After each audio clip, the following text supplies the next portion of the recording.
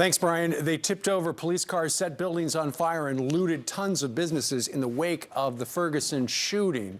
And just revealed the liberal billionaire who was giving them millions of dollars to protest. Turns out George Soros funneled at least $33 million to organizations demonstrating the death of Michael Brown.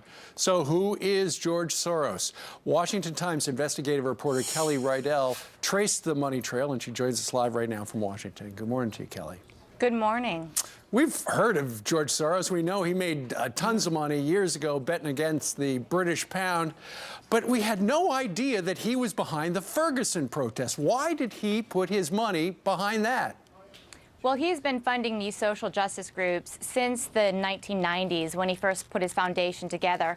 It's part of his philosophical view that there's social injustice in the world and that America and its political perspective basically stands in the way of what could be global harmony and global the global community and true globalization. Sure. So he's been funding, these groups that are basically fueling this movement, and what his ultimate goal is, and he's stated this in his multiple books, is to drive more people to the polls and to vote. He said publicly that he thinks there should be one party in America, and that should be the Democratic Party.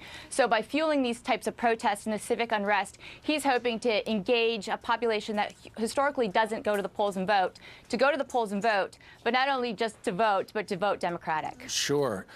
Okay, if he's talking about social justice, but what about real justice? I mean, a grand jury looked at it and they decided there was no reason to indict that cop. I mean, his message is colliding with law. His message is colliding with law, but it's really tapping into a fringe group or some of the way that these radical lefts and the way that they view society and the way that they want to change society and make it more equitable and more social. So that's really what the spirit that he wants to tap into and kind of drive to become a movement. I mean, most of his groups that I talked to in interviews said, we want to take this moment and turn it into the next civil rights movement. Sure. So that's his goal. We've got a full screen we're going to put up that includes some of the funded groups by Mr. Soros, including MoveOn.org, ProPublica, Center for Public Integrity, Media Matters, things like that. And that's one of the things that helps him push this message of his, is he's got a whole bunch of media outlets in his pocket. Well, I mean, not only the media outlets, this is a very sophisticated web that he has spun, and he's put a lot of resources, time, and effort. And so you've got the people that he sent there to protest, you've got the media outlets that are covering it, you've got social groups that are just monitoring the social media part of it, you've got civil rights protesters and engagers, you've got fundraisers. He's hired a bunch of fundraisers to help these local groups on the ground get money and then build a social network, get online forum, and then engage them in participation and action.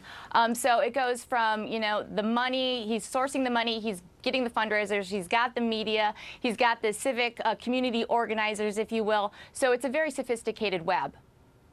Yeah, so grassroots, not exactly. And you mentioned community organization. Turns out Barack Obama worked for a Soros group back in the day.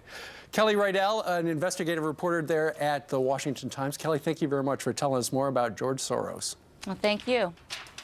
All right, coming up.